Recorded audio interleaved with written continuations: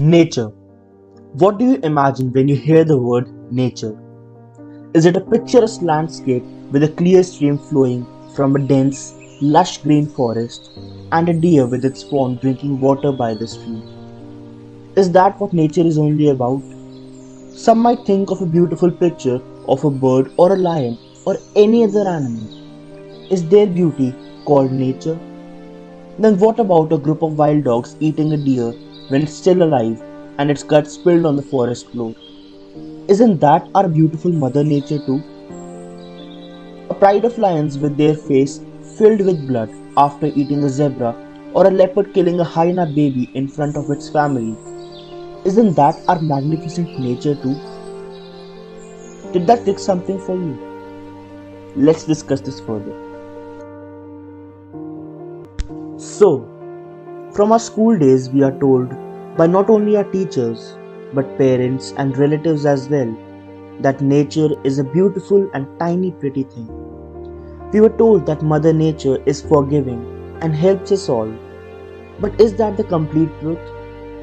Have you ever seen an animal in the wild who died in a humane manner? It suffers, it reaps, it shouts, and it dies a slow and painful death. When a lion hunts a zebra, it would never think of killing it instantly so that it doesn't suffer. The zebra gets killed in front of its family. It struggles at first, but at the end, it gives up and dies while watching the others of its kind leave. Nature causes calamities and deaths. Nature is not forgiving.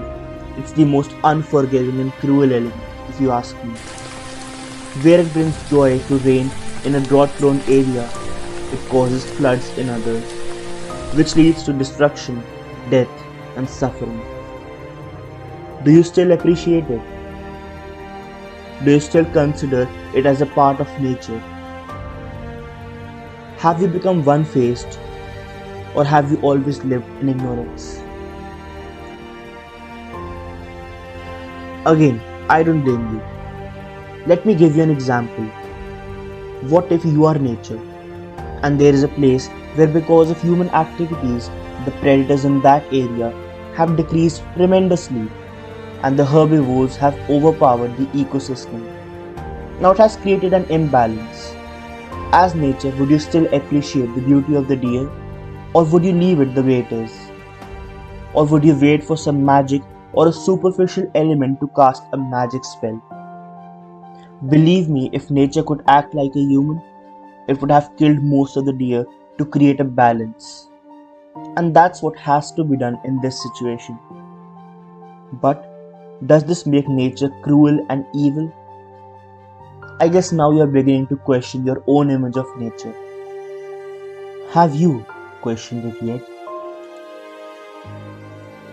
Personally, for me, I'm fortunate to have some really insightful talks with Gerry Martin back at Liana Trust, where he planted the seed in my mind. And this is what he had to say. What you said yesterday about nature is not your mother. So, what do you have to elaborate on that? So basically, people think that nature is this pretty postcard type thing. No, Yeah. it's not. It's a by our definition of cruel, nature is very cruel. It's very unforgiving. If something is weak, it dies. And it doesn't die quickly. It's not like, it should die in a humane way. They die slowly, they suffer. Some of the best predators cause a lot of pain. Right? There's a lot of that happens in nature. It's not this sweet star plus type thing, no. It's very, very. And we have to start understanding that that's what nature is, and we have to respect that. We have to function in a way where we have to make hard choices sometimes. Right? The thing is, we steer away from all the hard choices. If something's not pleasant, okay, whether it's a difficult decision or whether it's Karela, we just don't want to do it. Right? I'm saying eat the Karela because you have to. So, conservation is quite often about that stuff. Doing the difficult things that are not pleasant. And apart from this, Gerry also said that he doesn't consider nature to be a mother, but more like mother-in-law. That's quite an amazing way of seeing things, but it's true as well. And God knows why, I suddenly felt goosebumps when I heard this.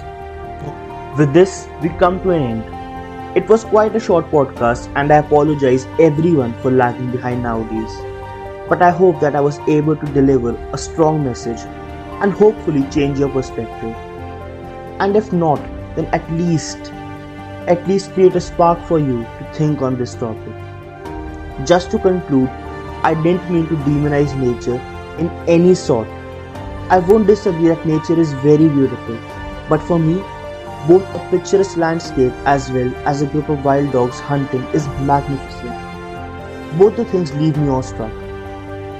I would also like to thank Gerry for planting this idea in my mind, because without that, my perceptions would have remained the way they were.